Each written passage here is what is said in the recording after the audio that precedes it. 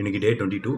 ஒரு நியூஸ் பார்த்தீங்கன்னா, வெயிட்டை குறைக்கிறதுக்காண்டி ஒருத்தங்க போரக்ஸ், அதான் அந்த வெங்காரம் சாப்பிட்டு இறந்துருக்காங்க. அந்த நியூஸை கேட்டதும் கொஞ்சம் கஷ்டமாக இருந்துச்சு. வெயிட் லாஸ் பண்ணுறதுக்குன்னு ஒரு இது கிடையாது. ஒரு என்ன சொல்கிறது, ஒரு நம்ம ஏதாவது சாப்பிட்றது மூலிமா வெயிட்டு டக்குன்னு குறைஞ்சிருமான்றது வந்து கண்டிப்பாக கிடையாது. கண்டிப்பாக அதுக்கு வந்து கஷ்டப்படணும். கஷ்டப்பட்டு கரெக்டான ஃபுட்டு நம்ம நேச்சராகவே சாப்பிட்டு அழகாக நம்ம வெயிட் லாஸ் பண்ண முடியும். இதை மாதிரி நம்ம வித்தியாசமாக எதாவது பார்த்து ஒரு பொருள் சாப்பிடும்போது நீங்கள் அதை ஃபஸ்ட்டு என்னென்னு தெரிஞ்சுக்கிட்டு அதை சாப்பிட்றதுக்கு நீங்கள் ட்ரை பண்ணுங்கள். அது ஃபஸ்ட்டு அது வந்து ஒரு உணவுப் பொருள் கிடையாது. அது என்ன சோப்பு தயாரிக்க அது மாதிரி யூஸ் பண்ணுற ஒரு ஒரு பொருள் தான் அந்த அந்த போரக்ஸு. இதை மாதிரி நிறைய வீடியோ நீங்கள் பார்க்கலாம். எல்லாருக்குமே ஒரே ரெசிபி தான், ஆனால் ஒவ்வொருத்தங்களும் ஒவ்வொரு டேஸ்ட்டில் வரும். நீங்கள் பார்த்து செய்கிற விஷயம் வந்து அதே அளவுக்கு ரிசல்ட்டு உங்களுக்கு வருமானது வந்து கிடையாது. இது மாதிரி நீங்கள் ஒன்று கேள்விப்பட்டு வெயிட் லாஸ்க்காண்டி சாப்பிட போகிறீங்கன்னா அது என்னென்னு ஃபஸ்ட்டு தெரிஞ்சுக்கோங்க.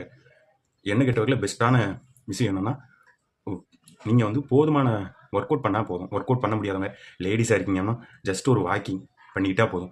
ஏன் நீங்கள் ஏதாவது ஒரு ஆக்டிவிட்டியோ அது டான்ஸாக கூட இருக்கலாம், நீங்கள் டான்ஸ் கூட பண்ணலாம்.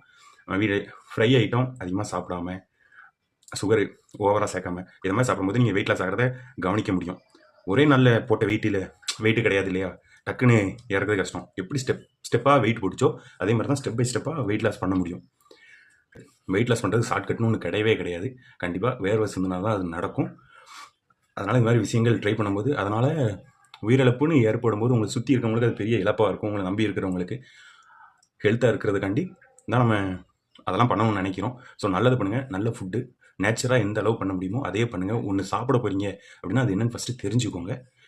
ஸோ இது மாதிரி விஷயங்களை வந்து அவாய்ட் பண்ணணும். அதான் பெட்டராக இருக்கும்.